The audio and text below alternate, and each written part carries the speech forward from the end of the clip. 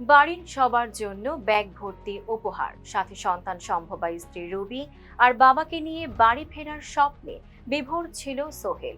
কে জানতো তার দুটো পায়ের মতোই এই স্বপ্ন পিষ্ট হয়ে যাবে ঘাতক লঞ্চের সংঘর্ষে। একইভাবে বাড়ি ফেরার স্বপ্ন দুঃস্বপ্নে পরিণত হয় সৌহার্দ্য পরিবহনের পেছনের সারিতে বসা নূর নাহারেরও। পাশে বসা স্বামীর কোলে ছিল ৩ বছরের আদরের সন্তান ইসরাফিল হোসেন।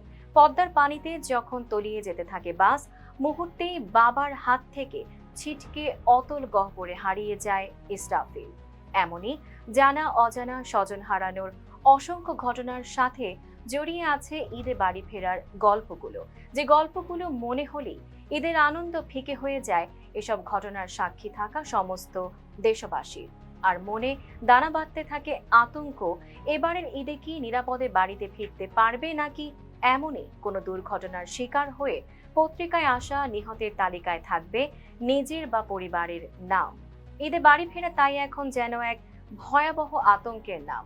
ঈদ উল ফিতরের ভয়াবহ সব দুর্ঘটনার খবর এখনো স্মৃতিতে এতটাই স্পষ্ট যে বাড়ি ফেরার আনন্দ ছাপিয়ে সেখানে ভর করেছে অনিরাপত্তা ও অনিশ্চয়তা। ঈদে বাড়ি ফেরা কি তাহলে এখন ভাগ্যের খেলা, নাকি নিরাপদ যাত্রা নিশ্চিত করতে ব্যর্থতার নির্মম প্রতিচ্ছবি? তবুও মানুষ ফিরবে, কারণ বাড়ি শব্দটার কাছে সব ভয় হেরে যায়। তবে প্রশ্ন একটাই, সবাই কি ফিরতে পারবে নিরাপদে? Tanjima Nowrin, face the people.